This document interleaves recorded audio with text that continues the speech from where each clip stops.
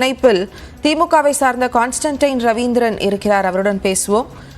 Sir, இந்த குறிப்பிட்ட இடைத்தேர்தல் அப்படிங்கிறது திமுகவிற்கு முக்கியத்துவம் வாய்ந்ததாக பார்க்கப்படுகிறது. ஆனால் இந்த வெற்றியை தக்க வைத்துக் கொள்வதற்கான முக்கிய முடிவுகளாக திமுக சார்பில் என்னென்ன எடுக்கப்படும் எதிர்பார்க்கலாம்? நாங்கள் ஏற்கனவே இந்த தேர்தலோட எதிர்பார்ப்போம். பாராளுமன்ற தேர்தலோட இந்த தேர்தலை அறிவிப்பார்கள் என்று நாம் எதிர்பார்த்தோம். தேர்தல் ஆணையம் என்ன செய்தது என்று தெரியவில்லை. இப்போது தேவையில்லாத செய்தி.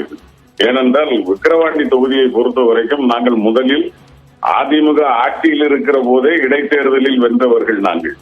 எனவே எப்பொழுது நடத்தினாலும் திராவிட முன்னேற்ற கழகம் வெற்றி பெறப் போகிறது, கூட்டணியும் வெற்றி பெறப் போகிறது. அதிலும் ஒன்றும் மாற்று கருத்து இல்லை.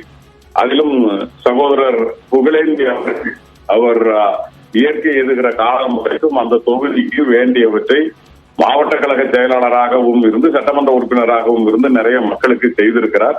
விக்கிரவாண்டி மக்கள் கண்டிப்பாக திராவிட முன்னேற்ற கழகத்திற்கு வாக்களிப்பார்கள். திராவிட முன்னேற்ற கழகம் வெற்றி பெறும் என்பதில் எங்களுக்கு மாற்று கருத்து இல்லை. யாரை நிறுத்துவது, எப்படி நிறுத்துவது என்பதையெல்லாம் தலைமை கழகம் முடிவு செய்யும். தலைவர் அதை அறிவிப்பார்.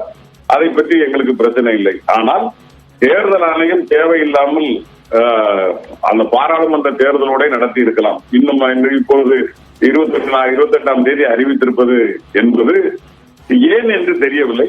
ஆனால் திராவிட முன்னேற்ற கழகம் தயாராக இருக்கிறது.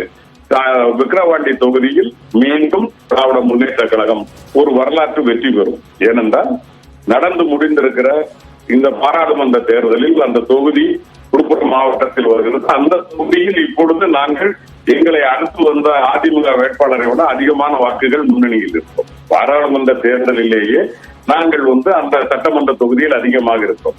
எனவே 2019 இடைத்தேர்தலிலும் வென்ற தொகுதி, 21 வென்ற தொகுதி, இப்பொழுது பாராளுமன்ற தேர்தலிலும் நாங்கள் அதிகமாக வாக்குகள் வாங்கி இருக்கிற தொகுதி.